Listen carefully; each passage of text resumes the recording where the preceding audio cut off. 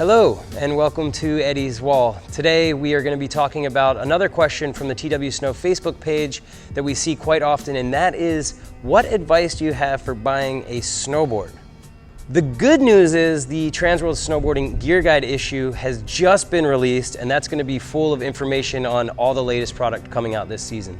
Also in the Gear Guide and coming soon to twsnow.com, they are releasing the results for the 2015-2016 Goodwood board test.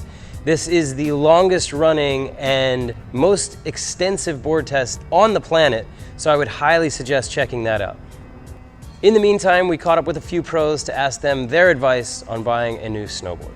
So this is like my opportunity to plug sponsors. So, Nitro.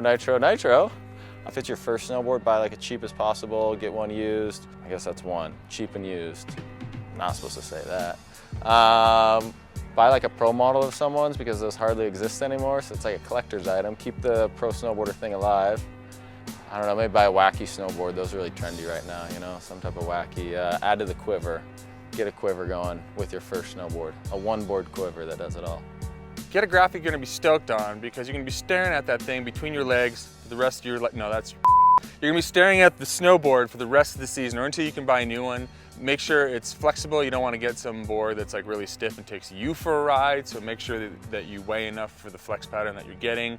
And pick a length that is good for what you want to do. Don't just get a teeny board and then expect you're gonna go to ride Baker Powell. It's not gonna work. Steal one. If you're gonna steal one, don't get caught stealing one. But you don't mean how to get one, right? You probably mean what kind of board to get? What do you mean by the question? Not to buy one. Borrow one. There's already plenty of snowboards on this planet. We don't need to make any more, let's be honest. Especially if you don't even know what you're doing. Their thrift stores are filled with them, secondhand sporting goods stores, your buddies, yeah. As Scotty said, secondhand boards are a great idea. My first board was used and it worked perfect. I loved it. As for the type of board I ride now, it has everything to do with the terrain. If I'm gonna be hitting handrails, I'll ride a tiny board like a 148 or a 149. Park jumps, a 153, and powder, a 158. If I had to choose one board to ride everything, I would say a 155 or a 156.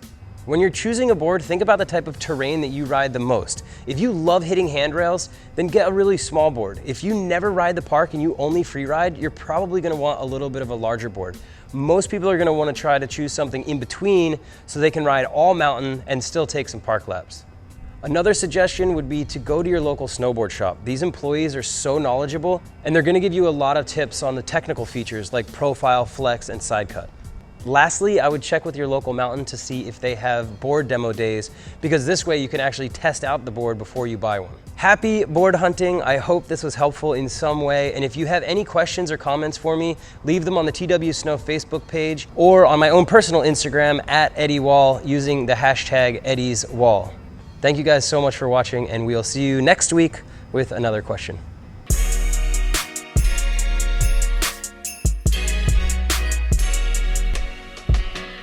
Feel free to leave them on the TW Snow. Happy.